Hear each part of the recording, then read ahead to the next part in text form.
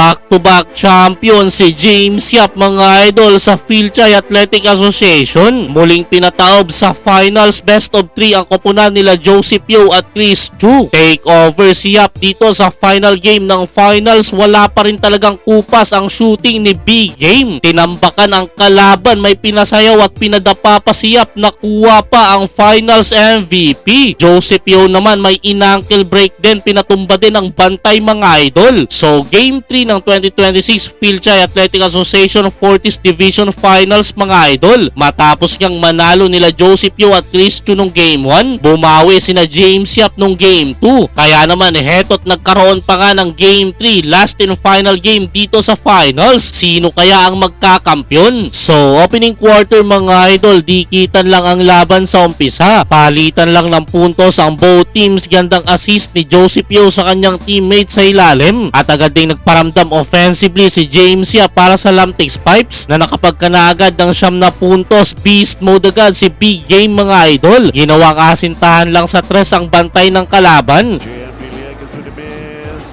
Joseph Yeo, nice cut to the They're getting a lot of those offensive rebounds. Una pa lang, all he had to do was make his presence felt and further boost the team's James Yap.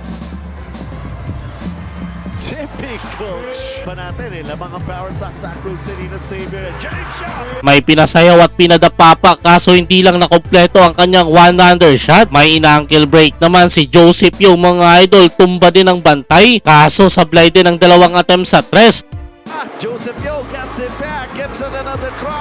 Struggle dito sa unang quarter si Yeo na meron lang 3 points, 1 out of 7 sa field. Game 3 na nga ito mga idol, last and final game na sa finals. Kaya may mga nagkakapisikala na. Daming katulong ni James Yap sa kanyang team, nakapag-contribute na din si Ken Bono sa huling segundo at nakapagbaon pa ng buzzer beater si Paul Bryan yon para pangawakan ng Lamtex Pipes ang 7 puntos na lamang end of first quarter. 23-16. Gandang laban sana ito mga idol, kaso hindi na nakabalik si Chris Chu sa Acro City matapos ma-injured nung game 1. Entering second quarter, uminit si Randy Chua para sa Acro City. Dalawang sunod na tres ang pinakawalan, dumikit na dyan ulit ang laban mga idol. Inalat si James Yap, sala ang dalawang sunod na tres, kaya sa pangatlo inilapit niya na for easy layup, pero Joseph Yeo sumagot ng tres. Unang 3-pointer yan ni The Ninja mga idol. 29-28 under 4 minutes, isa na lang lamang ng Lamtex Pipes. Ken Bono naman mga idol, uminit na din sa ilalim at pumukol na din ang tres sa corner. Kaya naman biglang umabante na naman ang Lamtex Pipes Washung College. Pero may naging counter ang Acro City Xavier School, including itong panapos na layup ni Joseph Yeo sa second quarter para ibaba tatlo kanilang inahabol, 37-34. Third quarter, tres na naman para kay Ken Bono, galing pasa yan ni James Yap. Nasundan pa yan mga idol ng gandang assistant sa ilalim papunta kay 5.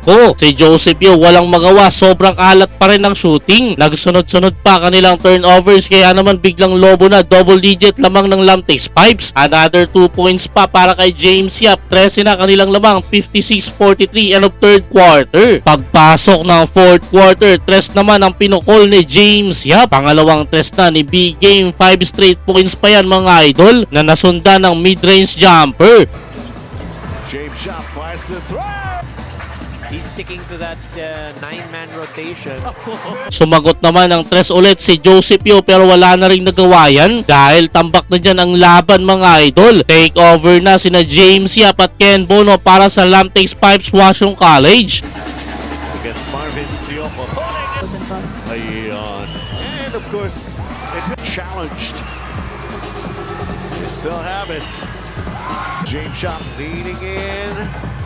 Ken Bono. Tinapos ang laban na may 15-point lead, 72-57. Back-to-back champion sina James Yap sa Philchay Athletic Association 40th Division. And finally, nakuha niya pa ang finals MVP. Another championship and award para sa basketball career ni Big Game with a million moves, James Yap.